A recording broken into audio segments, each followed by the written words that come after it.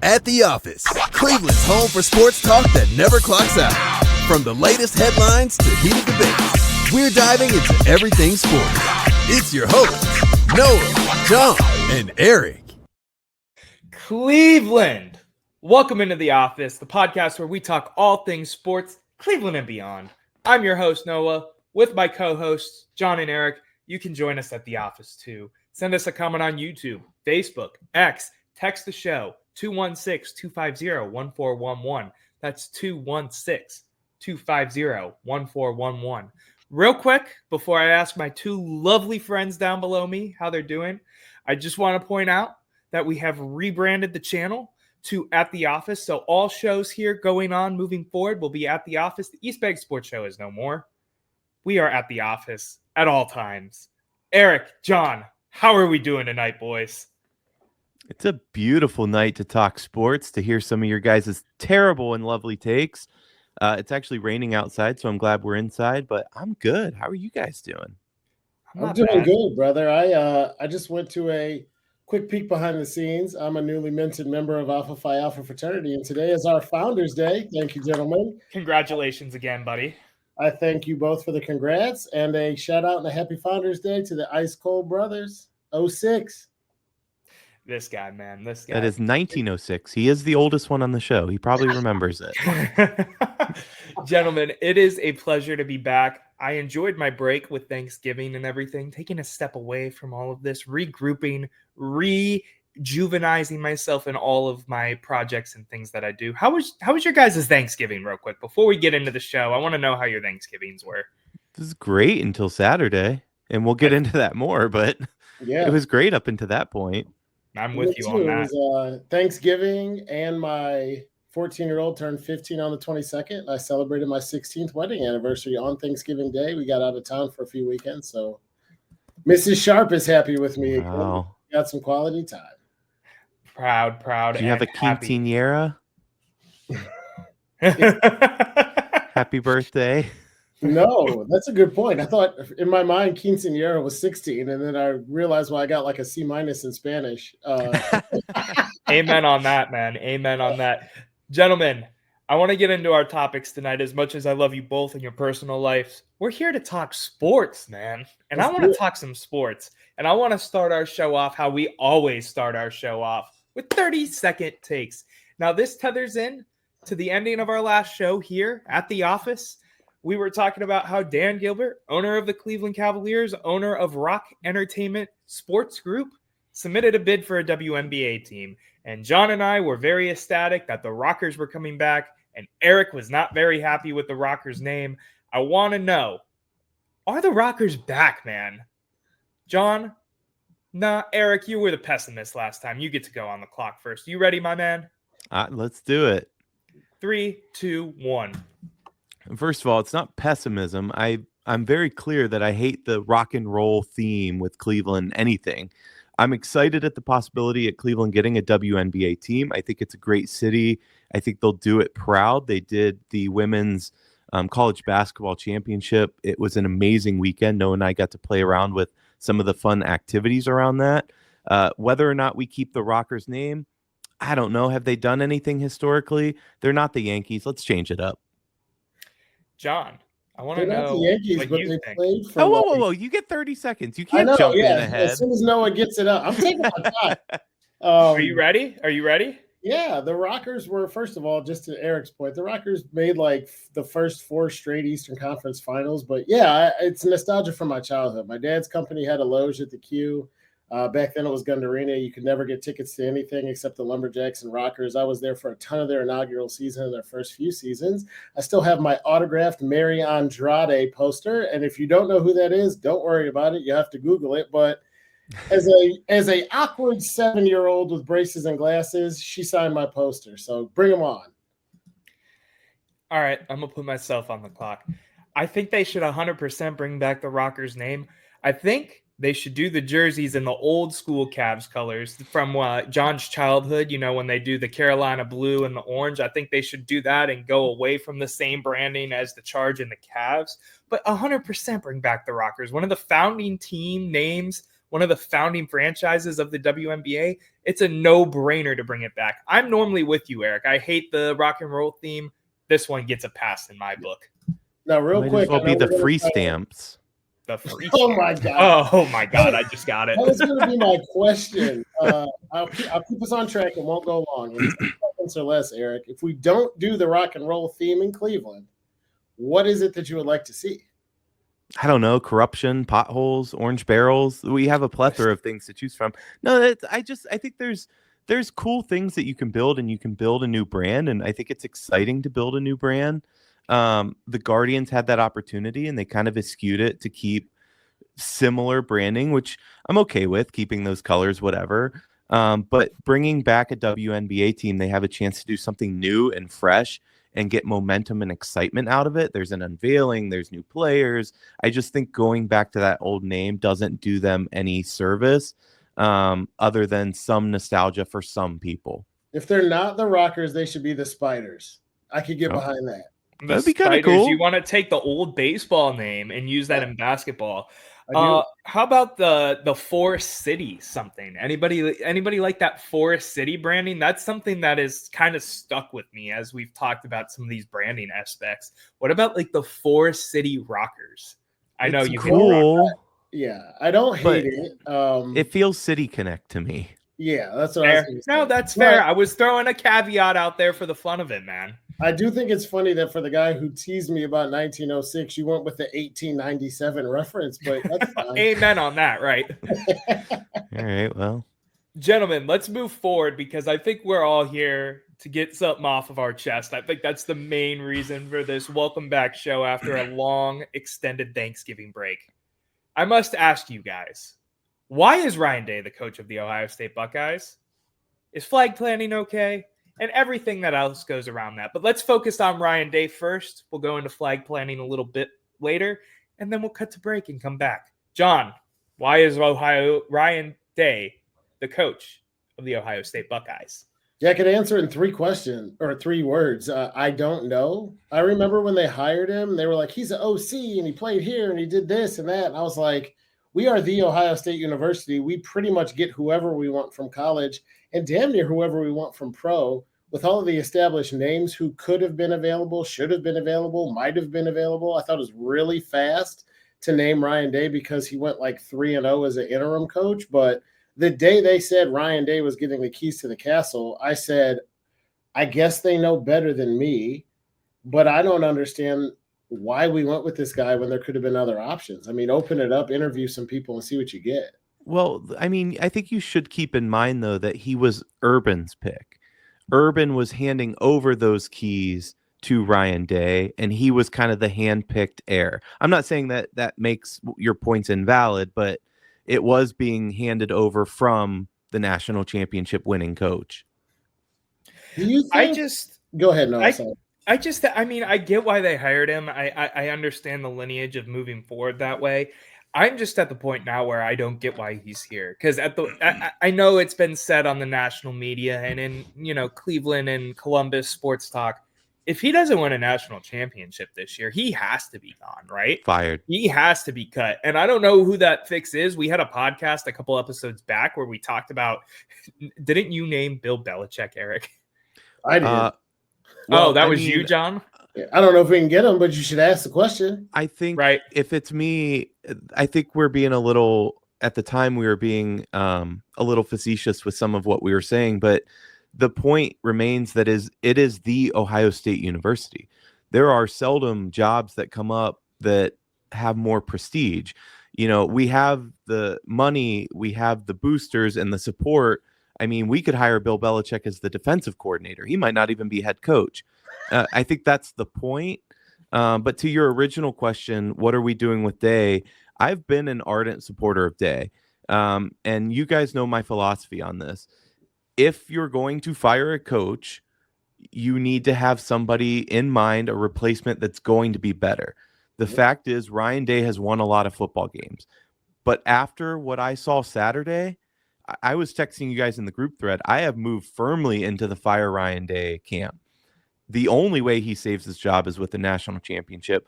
The guy was coaching scared. I don't know what that was. The entire freaking country watching said, oh, another halfback draw. That makes sense. Let's do that on 3rd and 8. That was one of the worst coach games I've ever seen. He's coaching it scared, and he is now John Cooper light. He has lost 4 in a row, and that's just unacceptable. Yeah, I'm with you, man. I think that's the long and short of the frustration here is the 4 losses to Michigan in a row, never winning the big game. Oregon even plays a role into this with, the clock management and Will Howard sliding at the end. I mean, to me, I'm just very much over Ryan Day as a head coach here, unless somehow, some way they make the playoff run of the century and win the first 12-team playoff. I think they can win a national championship. Talent. Yeah. And I will say one of our office mates, who is an OSU alum, said that if we win the national championship, it will be a little bittersweet in that it won't be as good. And I disagree with that completely. I think the Natty, especially as we expand to the 12, the Natty is the premier thing. And if we go on to win that, yeah, it sucks we lost to Michigan. Yes, it sucks we haven't played for a Big Ten championship in years. But winning the national championship puts all that in the rear view. It doesn't change the goal for next year. We're 300 and some odd days away from Michigan again. That's a huge ass game. But in no means would that accomplishment be diminished. It wouldn't be greatly diminished, but it would go from a 100% season to a 90 or 90. But here's the thing. Do you not think college football has changed? Because it doesn't matter if college football changed. If college football you got to win that game. Great. There are 3 things you have to do as the head coach at Ohio State. You have to beat Michigan, you have to win the Big Ten, and you have to win national championships in that order. A guy who could come in and lose to Michigan 4 times in a row, I would tell you this, to flip it on its head. If you said we can give you a guy who's going to consistently lose to Michigan, but make the playoff and give you a shot at a national championship, or we can give you a guy who's going to come in every year and lose 1, 2, or 3 games, but he's going to beat Michigan every year. That's all Jim Tressel was. People love him and they can't stand Ryan Day. Jim Tressel had some years where if Ryan Day had him right now, we'd be like, oh my God, this is terrible. Did he? You have to. He competed for 3 national championships and won 1 of them. Ryan Day hasn't done that. Ryan Day did also national. You gave it Georgia 1. Yeah, that's all Tress competed for it. Well, no, Tress competed for 3. Yeah, and won 1 of them. That's not the same because there were only 2 teams who made the national championship. I was going to say the difference is the playoff structure right now. It is. The Big Ten was so much worse back then, and they put that Ohio State team in. We got our doors blown off by Alabama and LSU. It was LSU and Florida. Florida, excuse me, yes. Doors blown off for Day against Alabama. Yeah. And kudos to Ryan Day for competing against Georgia. I actually thought we were going to win that game, but no, man. Heartbreaker on New Year's Eve, man. That's the thing, though, that's so frustrating about Ryan Day, because we know the record outside of Michigan. We see those close games. He can coach his head off. That game against Georgia proves that. He can go out there and make the right calls and be gutsy, and it's reminiscent sometimes of Ohio State versus Alabama when we won the national championship. Urban Meyer called a hell of a game. There's one thing that's always true. A test of a man is not what he does when things are going well. A test of a man is what he does when things are going poorly. And in the season where we already lost to Oregon and then we lost to Michigan as 4 touchdown favorites or something crazy, the teams were fighting it the middle of the field, and Ryan Day was standing in the shadows wondering what was going on. That is not a leader of men. That is not a builder of young men into adults, and that is not what we're looking for in the head coach at The Ohio State University. I agree. And I think that's a good transition because you already kind of brought it up. Is flag planting okay? This has been a topic of debate, not just with Ohio State, right? This has been a thing with other games, other rivalry games. Arizona State, I believe, was an example of this as well, where, there were 4. NC State in North Carolina as well. Where the team, that's a way, wins the game, plants their flag in the middle of the field because they won. Do you think that it's okay? I want to know because I tend to agree that it's okay. I And I have wanna my own derail- reasoning for that, but I want to hear what you have to say first. No, I'll let Eric go first, but I just want to say one thing that pisses me off because I don't want to derail us later. Planting a flag in field turf is stupid no matter what you're doing. Oh, I agree. 100%. 100%. I'm so over it. But E, why don't you take it first? I'm so split on this because on the one hand, I want to say, you know what, you had 4 quarters to defend that field and you didn't do shit. And I shouldn't say that because the defense actually did defend it well. It was our offense that let us down, but you had 4 quarters to defend it. Maybe worry about that team during those 4 quarters and you won't have to worry about the flag planting. That said, I don't hate what I saw out of the Buckeyes. Yeah, was it probably out of frustration? Sure. But I don't hate that they stopped them from disrespecting our home field. Like to John's point, I dislike that the head coach was nowhere to be found asking what's going on. But just for the sake of these young men and these fights, and I think the police actually did a very good job, say what you will about using mace, but I think they could have had a full-scale riot on their hands. When you have 100,000 people and it's starting to go down, that could have went south really quickly. And for that reason alone, I think that you just need to stop it. It's a stupid practice. Let's get rid of it. I don't think it adds anything that it's worth having. John, I'm going to jump in here real quick. Normally, you know, I go last. Let me take you guys on a quick trip down memory lane. Senior year, Noah's playing high school football. Rivalry game. Ashtabula St. John. It's like 4 years ago. Yeah, I was going to say it was 2019. I wouldn't call it a trip down memory lane. But 2018, damn it. 2018. God. Ashtabula St. John and Fairport have always been a rival. It's just been a thing. Always. Never beat them in my high school career. We beat them handily. It was like 27-10 or something like that. I don't know. We planted the flag in the middle of their field. It was the best moment of all time. So to me, being a former player, if you can't back it up and you're going to lose a rivalry game at home when you're the favorite, suck it up. And that's coming from an Ohio State fan. Suck it up. Yeah, but there's something to be said about winning with class too. It's not a class. Act thing like you've been anymore, there. It's not. They were there. They've won a national championship more recent than we have. That was fraudulent. That's an asterisk. I agree, but they technically have, and we can say that. But in the eyes of the NCAA and the greater sports, whatever, it's technically not. It's going to sound elitist and arrogant, and I don't care because it's how I feel. So deal with it. You should be able to plant a flag in most fields in most cities and most colleges. But if you walk on the block O and try to do something disrespectful, Ohio State, I think you're our right to defend your turf. I don't love the view of a bunch of kids who are between 18 and 24 fighting. I don't love the view of violence outside of football being acceptable or violence in general being acceptable. But I don't want to judge this as an almost 40-year-old guy who has kids. I want to think back to what it's like to be 19 and lose a game that means a ton to you.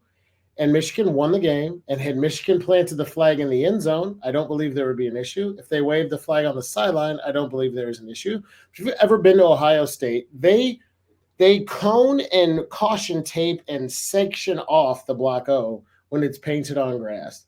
When it's on field turf, it's a sacred ground where alumni come to take pictures and stuff like that.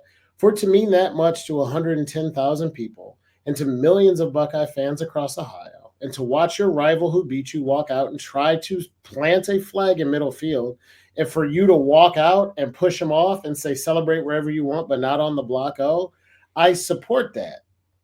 And I support the police who had pepper spray ready because there's 200 people in uniform. This ain't the NFL. You can dress whoever you want in college.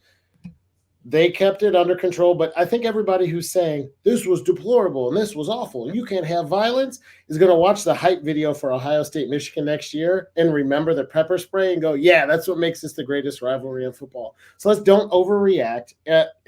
Nobody's wrong. Teenagers fighting over football at the end of a game is not a good look. But did I have an issue with it? No. Do not plant a Michigan flag at center field at Ohio State. And if I agree. you don't like the results, don't do it. there are 2 points that I want to make that just to counter you. And I agree Yeah, let's hear 'em. completely with what you're saying. The 2 Yeah, points are 2 years ago, Michigan planted a flag. There was no fight over it.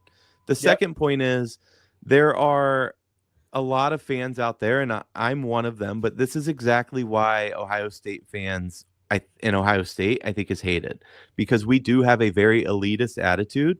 We should be there. We are the best. We get, we get the short end of the stick often.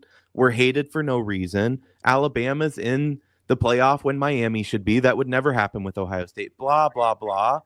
I think we do ourselves a disservice sometimes, my point, in our condescension.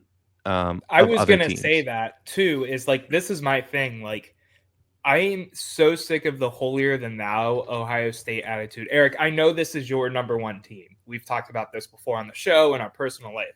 I think this is why Ohio State falls so short to me, is because in every other sports franchise that I cheer for, we don't have this attitude like that, right? It's because we Ohio State, we're going to sit here and act all elitist. And I don't know. And that's me getting off topic a little bit. No, it's not off topic. And I agree with you. I would argue, though, a counterpoint to your counterpoint is that all the teams you root for aren't historically good.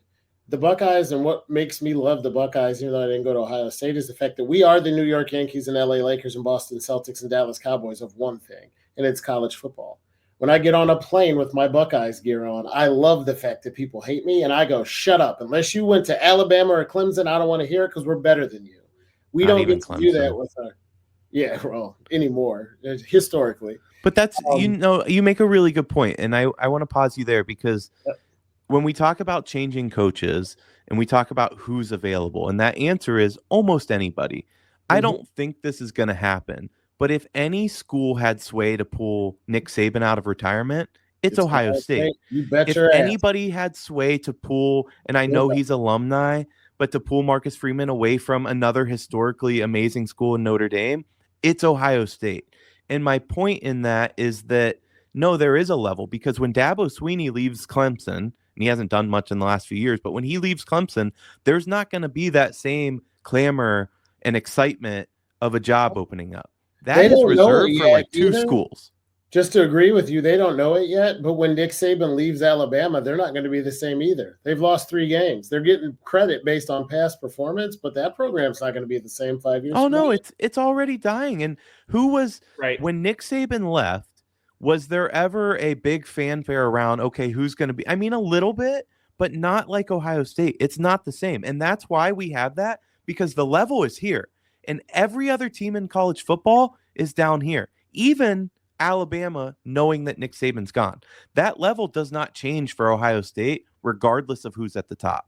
And that's why we're elitist, because we're actually elite. I had a professor in college who said to me— It's a good line.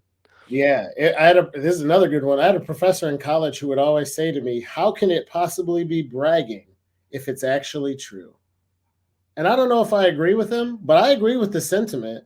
We are Ohio State. You lose a game in an entire season. It's good, but not good enough. You lose 2 games in a season. It's an abomination. You lose 2 games in a season, don't play for the Rose Bowl in the past, don't go to the college football playoff, don't play for a Big Ten championship. We're talking about fireable offenses, and Ryan Day has failed to live up to the standard. I'm not saying that the standard is reasonable or that Ohio State fans are rational. That is not my argument. We're irrational and we're crazy. Fan is short for fanatic. So let's remember that. But when Ryan Day comes in and goes, well, we played pretty well in most of our games, I don't give a shit. Then go coach at Texas or Alabama or Notre Dame where that's acceptable. We compete. We win the Big Ten every year. We beat Michigan damn near all the time. And we are in the conversation for national championship every year. That isn't the case with him. So that's why I'm kind of like okay with it. It's like— Can we put it in perspective real quick, though? Yeah, do it. Outside of Michigan, Ryan Day has lost 1 Big Ten game. And that was this year to Oregon. That's insane. I mean, that is crazy for sure. That is insane. It doesn't matter. I agree, but Guardians have won the AL Central, and you guys are the ones who told me if you play a sport, championships are all that matters, and everything else is a failure. Let's not defend. You're gonna the run Big with Ten this right. for the. You're gonna run with that for 100%. the rest of the No. I series. promise to only run with it until you both say I come off of it. Do you not believe that about Ohio State? Do not believe what? It's beat Michigan, Yes. it's win the Big Ten championship, and it's Yes. win a national championship. Yeah. Correct. If you don't do those three things, the season is a failure. No. Beating Michigan. Yeah, Failure. I agree with that at If you Ohio don't. State, but you could beat Michigan and be a 500 team. You could compete for a No. Big Ten. Are you kidding me? Yeah, you can. Michigan just came in here as a 500 team and beat us. No, I know that, but that's not. I'm saying that. I see. You're saying all three. Correct. Yes. Yeah. That is the Ohio level we talked about. So you agree when it comes to Ohio State, you just don't agree with other teams or leagues. Yeah, that's fair to say. Okay. One quick thing though, I don't want to come off this. Actually, I love this debate. This is fun. This is why we do the show. I think I can solve it with the flag planting. Oh, said this I'm like, other- solve what? Ohio State's coaching woes? I was gonna say, No. who's the answer? Like, he's got the answer. Just hire this guy right now. Go down 3 levels to what started this round of this conversation. If when Ohio State wins games, they go to the end zone to sing the alma mater. But if when Ohio State loses games, they go to midfield and stand with arms locked and sing it from midfield. You have no violence. People know that's what they're going to do. You walk out to the middle of the field. And I know it's kind of like a different experience for losing a game, which we don't want to get too comfortable with. But I remember my mother-in-law was like, oh, my God, these kids are fighting. It's crazy. And I was like, you lock arms with your brothers. You walk out. You don't throw a single punch. You don't do anything rude. You just keep walking until they're no longer on the O. And the second you get to the edge where that's defended, they can celebrate everywhere else they want to. But if they said, hey, we lost to Michigan, go to the block O and sing the alma mater instead of in the end zone, none of this happens. I don't hate it, but it just feels so soft. It feels soft. so soft for sure. Gentlemen, Well, you said, I want to ask. Go ahead. I want to ask a question that I think we're all going to agree the answer on. I pulled it up for a minute and then we were getting into it, so I didn't want to, cut you guys off too early, but this feels like a good stopping point. Tim Lyons, longtime viewer of the show, asks, do you think if y'all get into the playoffs, day coaches? First of all, it's not an if, Tim. We are in the playoffs, and yes, he will coach it. He will be fired in the offseason if he loses. If he comes short of anything but national championship, I think he's let go. But yes, he'll coach. I'm with you on that 100%. John? I agree with you guys. I'll throw in a pun just because it's fun and I'm a dad and I like dad jokes. He's a Bengals fan. And he said, do you think Day coaches? And I'm like, who Day? Oh, God. That was And terrible. on that note. Wait, one more note. Sorry. This guy, man. One more note. I will say that we've had some inner office talking about what should be done, and I don't want to go down the rabbit hole of the coaching thing. We've done that. But I do think that there is a position that Ohio State should create and appoint.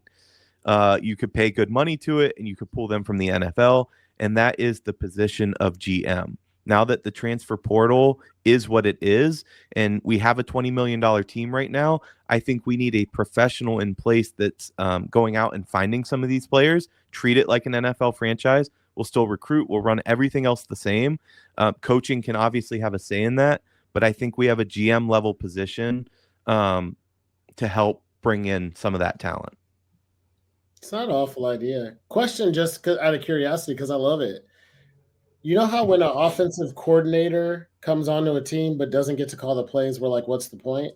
Mm-hmm. If a GM comes into college and doesn't get to recruit talent, what's the point? Do you envision this person recruiting for the coach, or do you just think they collaborate? It's a level of it that would be like considered I forget what they call it, but think of it only focusing on like the transfer portal side of it, I guess, is how that would work, is what I think. That's how that I see would it. look Coach like. would recruit. He is a GM to like make trades, kind of bring in, not drafting, but he is the level to bring in talent. He would obviously work with a coach. Hey, coach says, I need a linebacker. Find me the best linebacker in the country. Find the boosters, et cetera, the money to pay the linebacker to come in, and you go out and do that. It would be separate, and he would make those decisions, but it would be in collaboration with. I can see Tim, that for sure. It's not elitist. We're in, buddy. We're in. Like, Gentlemen, I don't know what you're talking about. Gentlemen, I'm going to push us to commercial break. When we come back, I have a new type of segment that I kind of want to try out with you guys. I want to see how you guys react to it, how you answer my questions, and go about what I have to go about. We'll be right back at the office after these commercial messages.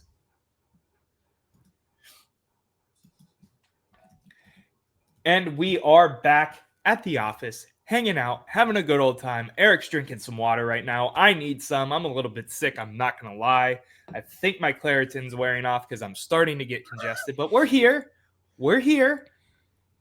And I want to remind you guys real quick to do us a big favor and give us a follow on socials. We have a new @ with the new name that we have brought in for all of the shows. @ The Office CLE. That's @ The Office CLE. Give us a follow on X. We have an X account now. Instagram, Facebook, and TikTok. We have accounts on all of those, and we need some support over there. If you're watching us, we really appreciate it. Really appreciate Fans for Sports for doing what they do and helping us grow the content we have here.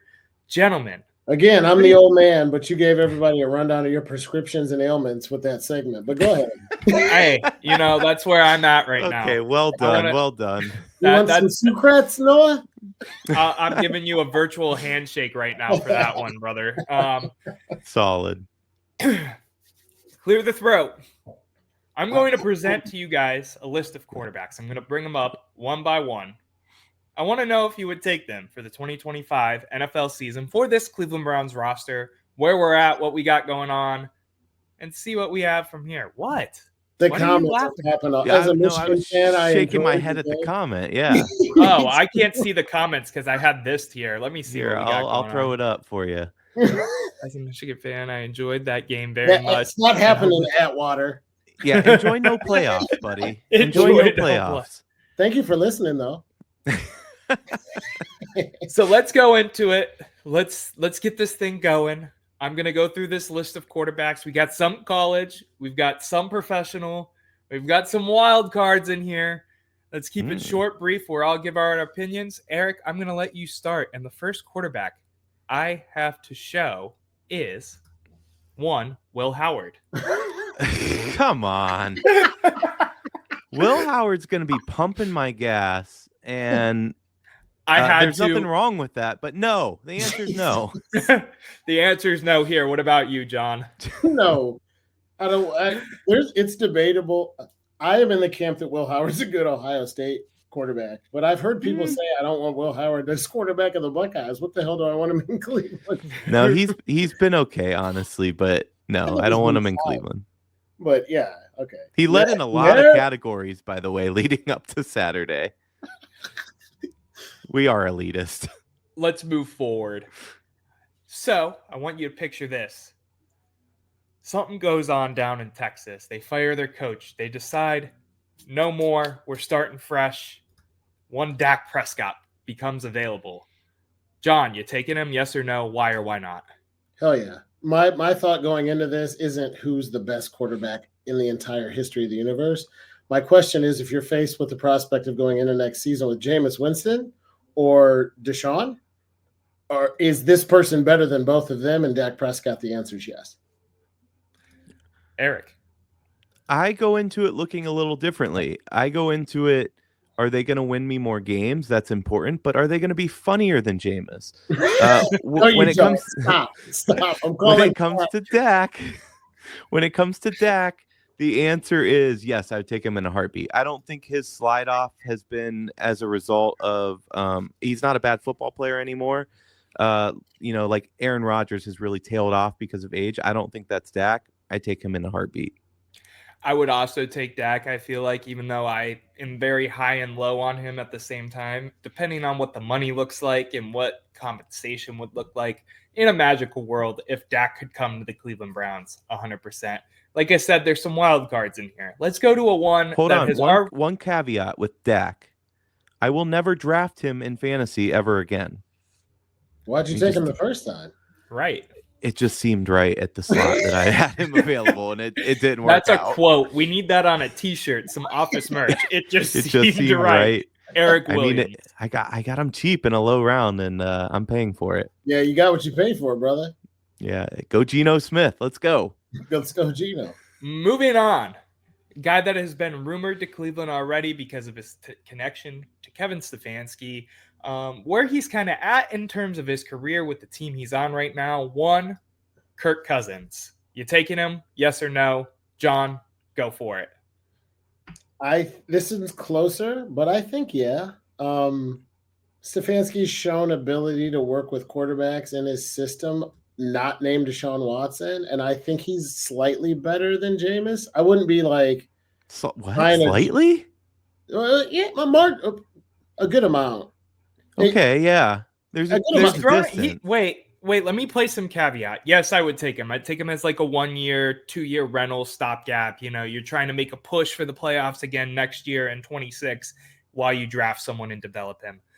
Yes, I would take him in that aspect. However, he has shown signs of getting older. He's thrown a lot of picks the last couple of weeks, which is a big deal when you're talking about aging quarterbacks. That's the first sign that they're starting to kick the legs out from underneath the chair or whatever expression you want to use. The defense I want to hear what Erik says because Noah literally made my point. Well, first of all, put that picture back up there real quick. Well, I deleted it now, or I would. It was comedy the first time, and now it's going to be how handsome this guy looks. Well, no, I was going to say we need to teach bro how to smile because that was pretty bad. But getting back to football, yes, I take him. First of all, Stefanski has proven that he can coach a pro-style quarterback, a traditional pro-style quarterback, and that's what you get with Cousins. Yeah, interceptions can be an issue with an aging quarterback. We saw that with Flacco as well, but who wouldn't have taken Flacco going into this year instead of Deshaun Watson? I'm an absolute yes for Kirk Cousins. Moving on. They have a young quarterback. Real quick, Noah, we all agree so far. Yeah, that's no true. Will Howard, yes to Dak. Yeah, okay, all right. Let's keep rolling. Moving on. Down in the bayou, there's a quarterback with a guy behind him, a younger player who's had some attitude problems, but was a former top recruiting college, as well as they're probably going to have some good draft compensation. Maybe they take someone else. One guy, one named Derek Carr. You're taking him to be the quarterback of the Cleveland Browns for the 2025 season. My answer is yes, in the same vein as Kirk Cousins. Stopgap. Bring him in, try to win some games, keep the culture going, draft a guy in this year or next year. John? Yeah. Erik? I tend to agree. Derek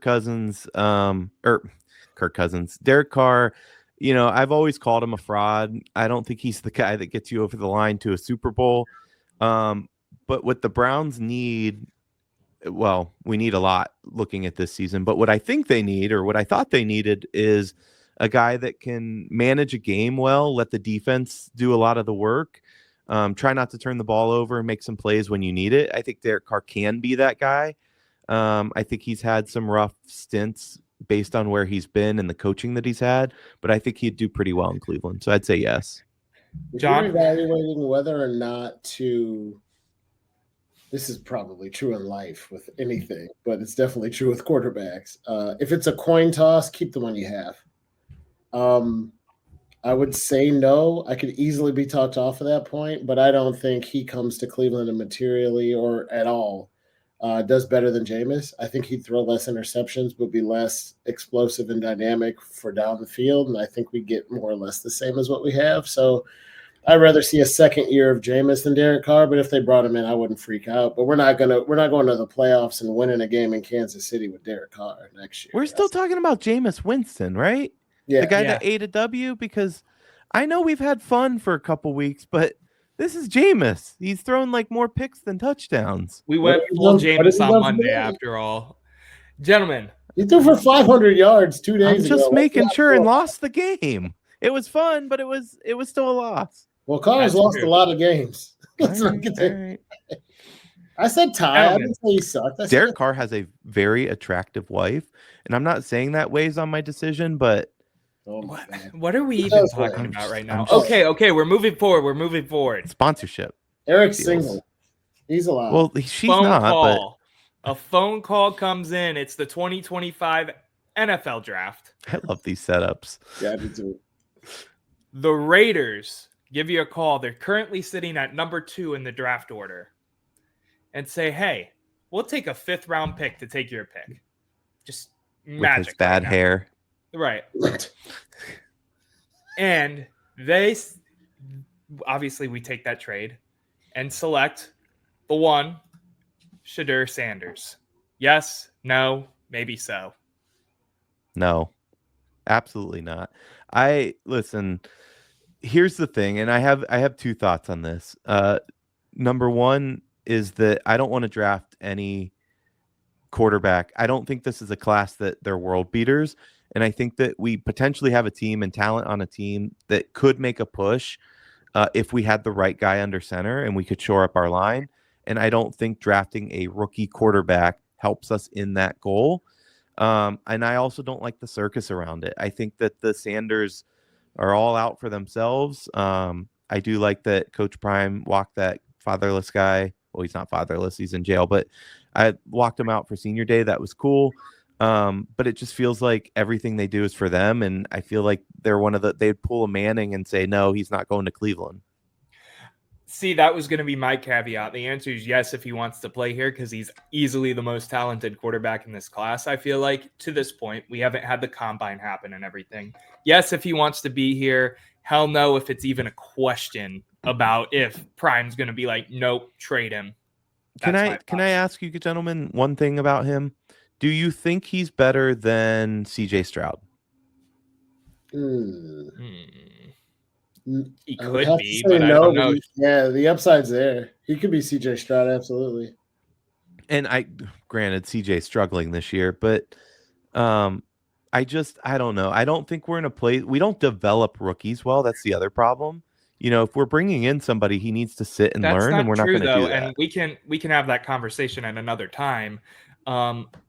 We used to not develop rookies well. We have done a good job of developing most rookies in this organization, just because Jedrick Wills... Quarterbacks is what I meant. We have never had this front office and head coach touch a rookie quarterback before. But our point is plugging somebody in to play immediately. That's not how you develop a rookie that you're drafting. That's fair. Again, this could be a debate for another day. Speaking of rookie quarterback... I think... Sorry, go ahead. Are you moving on, or were you just? I was moving on. Yes, I was going to move on. Oh, I didn't get my Shedeur answer. He didn't say yeah. Oh, I'm sorry. Yeah. I'm so sorry. Go ahead, man. Yeah. All right. It's your world, Squirrel. I'm just trying to get it out. God, the dad jokes tonight, man. Crazy. I say yes for the total package. Is he going to come in and be the immediate quarterback of the future? The odds say no, but he potentially could be. But I think his ceiling is very high, and I think he has the potential to be a franchise quarterback. I love this show, though. I think we get so serious about sports, we forget the number one thing is entertainment. And part of the reason the loss against Denver didn't feel like quite so much of a loss is because Jameis had some great sound bites and threw for 500 yards. Like, we were entertained even though we didn't win, and that's hard to do in the NFL. We're not on Broadway, right? So with the Shedeur Sanders, Deion Sanders show in Cleveland for 3 years, in addition to the fact that he could also be a poor man's Lamar Jackson, make me interested in him? Absolutely. Now, you're going to push the reset button a bit because I don't think we're going to compete next year, and then you got expiring contracts and a ton of money. Yeah. There's all kinds of issues. But yeah, like if I could entertain the idea of bringing Derek Carr here, I for damn sure would bring Shedeur Sanders in the draft if that phone rings. Okay, fair enough on that. Fair enough. Thank you. Speaking of that phone ringing, in this world it didn't, and you stayed at what I think we're currently the 8th or the 9th pick. No, we are currently the 8th pick. And you stay, but you're dead set on getting your new franchise quarterback. One, ACC demon, Cam Ward. You taking him? You want him? Because my answer right now is, depending on where we end up in the draft, I'm a Cam Ward fan, and I would take him. But again, it depends on where we're at in the draft and what trades can happen, blah, blah, blah, blah. Quick point of clarification. Doesn't he play in Miami? Yes. So why did you say ACC Demon Deacon? That's Wake Forest. I didn't say Demon Deacon. I said ACC Demon, period, because he's the best player in the ACC. Question withdrawn. Go ahead, E. Well, being the best player in the ACC is like being the best. I don't know. You get my point. That's not a conference where you brag about being the best player. That said, same answer. I don't want a rookie quarterback that should be developed, and I want somebody that's going to make an impact for us day one. I also hate Miami, so no. John. Yeah, times two. I don't like the ACC. I don't like Miami as a team. I don't think they play good talent. The last ACC quarterback to come out and do anything was what? Deshaun Watson? How's that working out? Like, Ken Dorsey? Like, no, pass. Absolutely not. I mean, I hope he does well. No shade, but like a first-round pick or taking a – no. Not on him. Let's move forward. Wait, did you say yes or no? I said yes. Oh, okay. I'm a Cam Ward fan. I think he is going to be the Drew Luck of this draft. Best of the ACC. I said Drew Lock. I meant, you know what I meant. Anyway. What has Drew Lock done that was so amazing that you think we should take him? He's arguably the best rookie quarterback this year. It's him or Daniels, and Daniels has played rough the last couple of weeks. That's another debate. Let's move forward. We have quarterbacks that we need to evaluate here in rapid fire succession.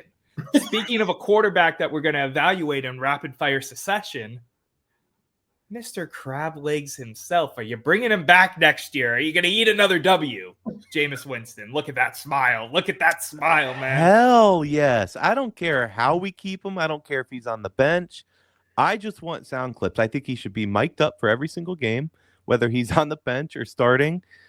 When he was running off the field after his interview against the Steelers, the game that was on Prime, and he said, I'm going to order a W on Amazon, and it will be there by the time I get home because that's how fast they are. I mean, nothing beats this guy talking. I don't know. He's a national treasure. Protect him at all costs. Keep him a Browns for life. He doesn't have to start, but I just want to hear this guy forever.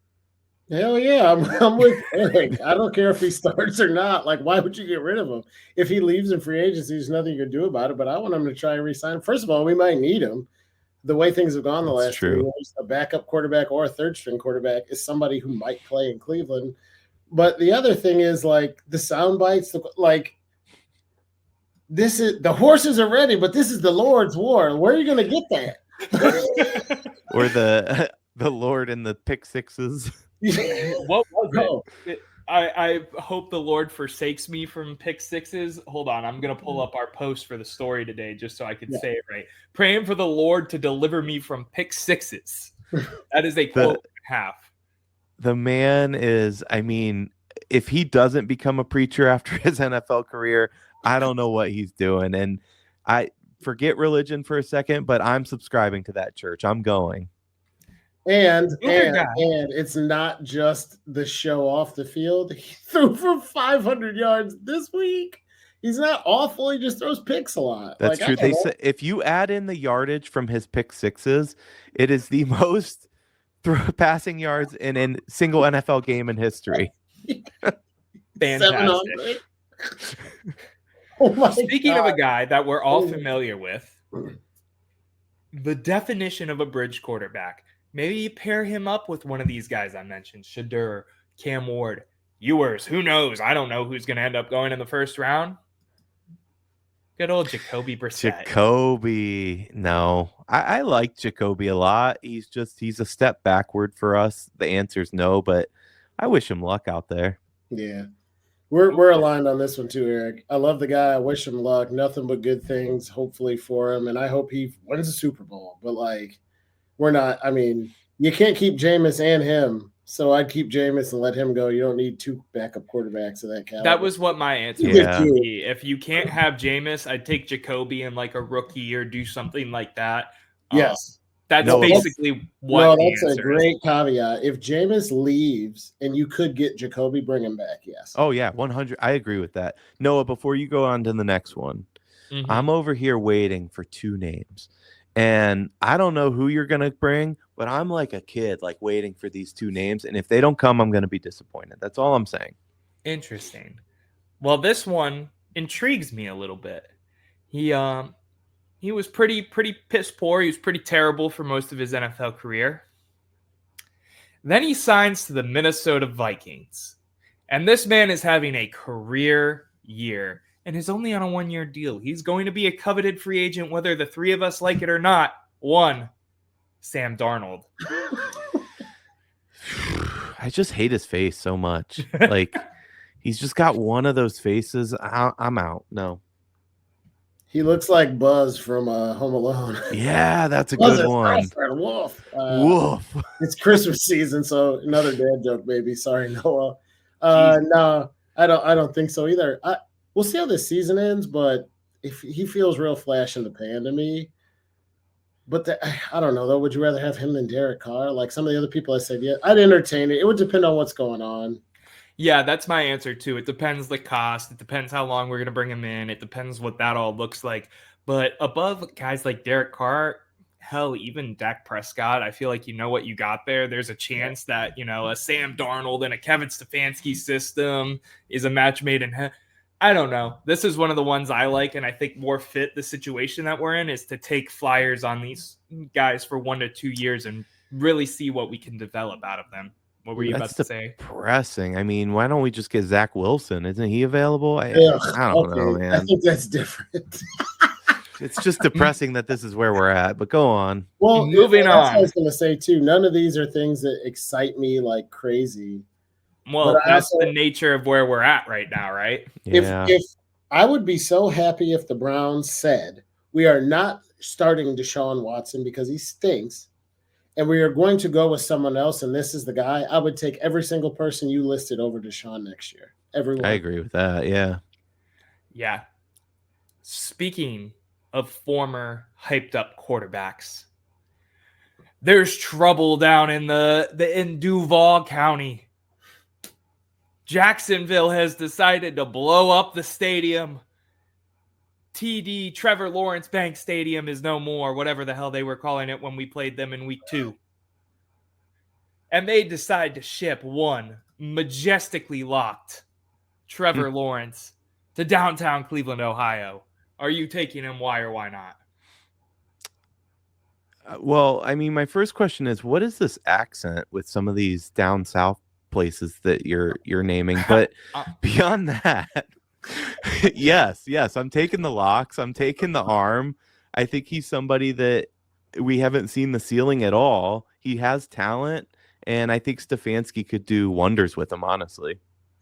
Yeah, I'd take him to if all of these guys were available and you ask which I would most prefer, it's probably Dak, but Trevor Lawrence is right there.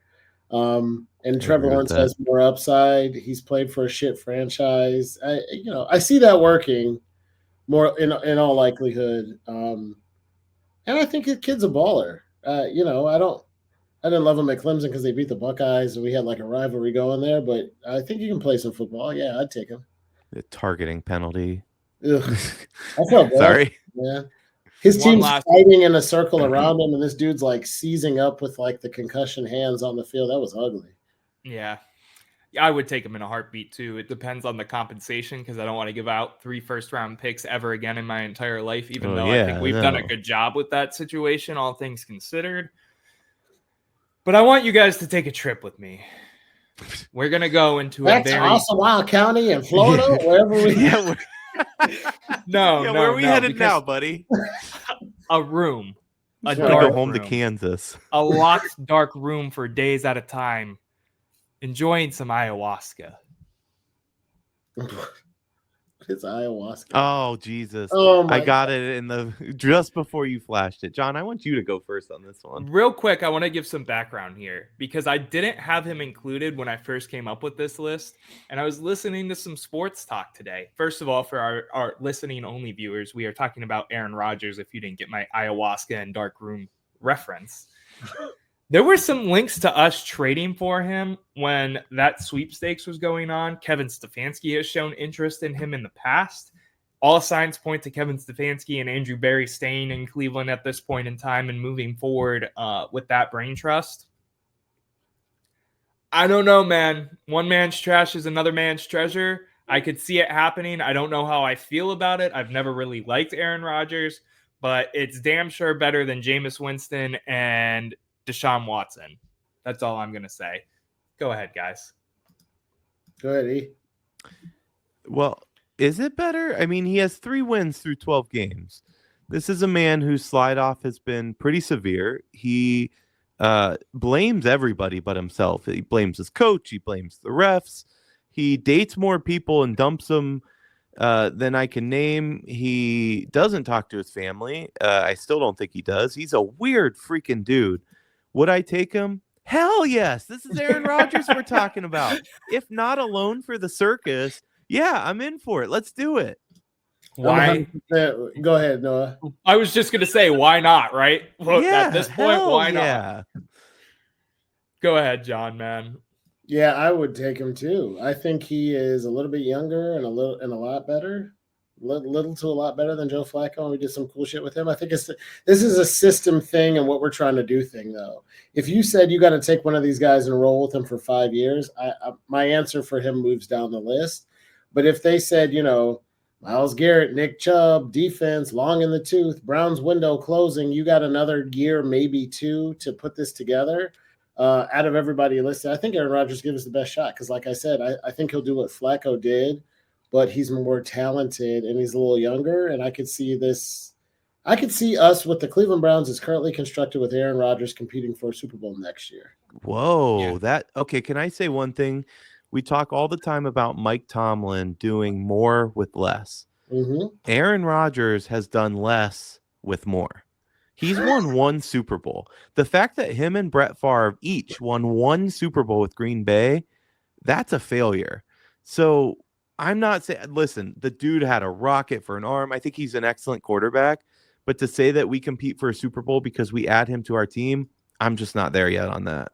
Yeah, I can see not being there. I would recant that question with how many quarterbacks of the last 40 since 1999 that the Browns have had got even 1 Super Bowl? No, I get that. It's I'm just saying, Flacco, and that's I think it. Like I'm not saying this guy is the next coming of the Messiah. I'm saying out of everybody listed, he's the one who I see plugging into this team and giving us a chance to compete. But you said we could compete for a Super Bowl. Yes. Why absolutely. wasn't the man competing for Super Bowls outside of one with Green Bay? That's my point. I get you.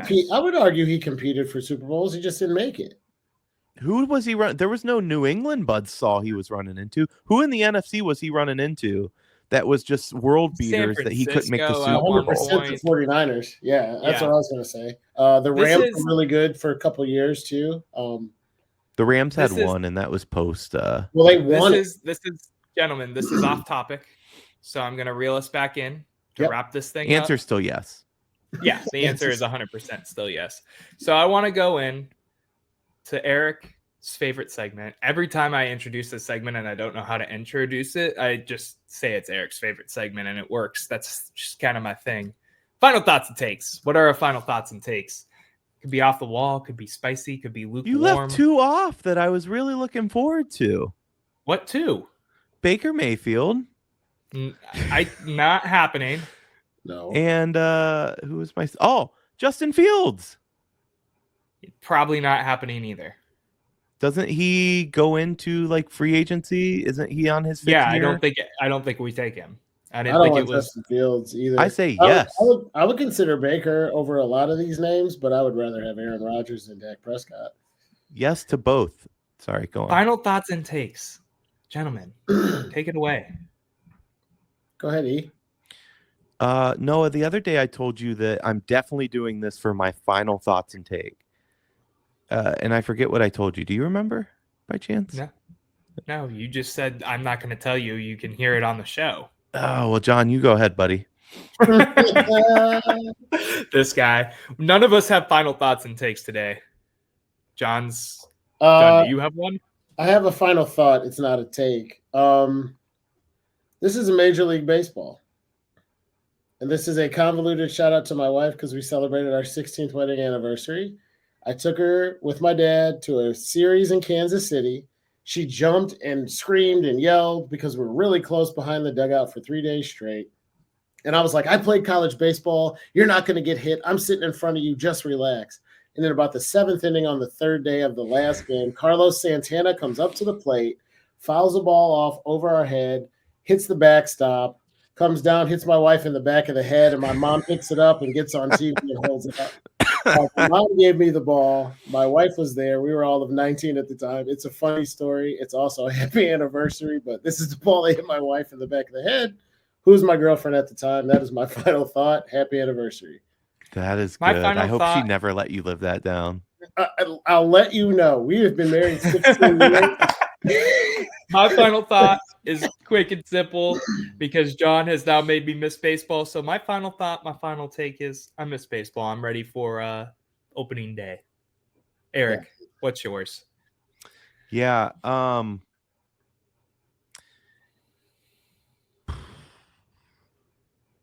Ding, ding, Well, that's all the time we have, ladies and gentlemen. I've got nothing. I'll say this. I hit my these boys know it, but I've hit my biggest parlay last night. I have a couple more going tonight. One of which I picked Ohio State with the spread. They were down like 50 to I think it was 50 to 20 at half. 50 to 13, something like that. So that one didn't hit. But I think we're going to do some fun stuff on the show where we're going to do a parlay and compete and keep track of see who gets the most winnings. So I'm excited for that. I can't in the world think of what I told you, Noah. I'm flopping like that. No, you literally, your word for word was, I'm going to remember this and I'm not telling you right now. And that was it. I don't feel like that's accurate. It's very accurate. I want to say thank you to both of you. This has been a fun, not first episode at the office because we've been using this branding for a while. This guy.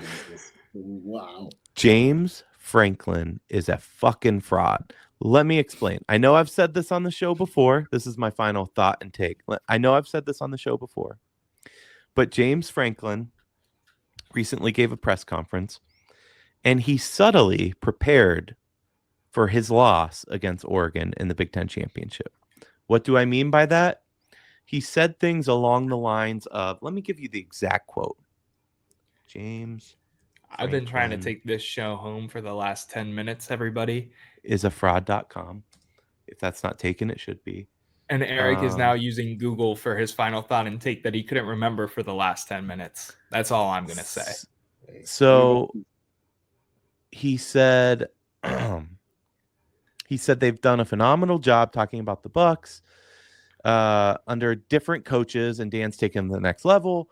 It's also a place with tremendous resources as well. They've built that thing to compete at the highest level. So why am I bringing that up?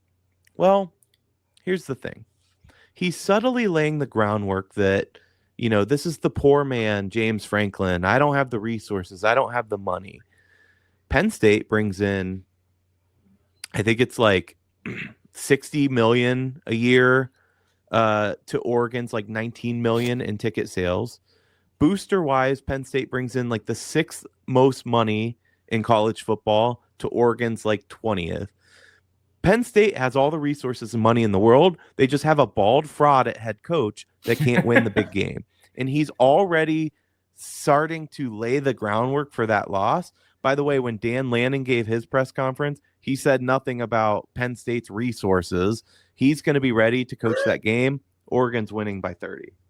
That is a crazy take, and I don't want to drag us out too long, so I'll just say this. The current point spread, or the last time I looked, was Penn State +4. I'll take Penn State in the 4 for an order of dumplings the next time we go to lunch. That they Penn cover. State +4 you're taking. Yeah, Penn State +4. Virtual shake right now. You got to say the Commissioner word Noah shake, says shake, it's shake. done. Loser buys one. John, you got to say shake, shake, shake. Oh, shake, shake, shake. Done. Gentlemen, it's been a pleasure. We have a parlay that we will talk about on the next episode. Not a parlay. It's just a bet for some dumplings. But it's been a pleasure here at the office.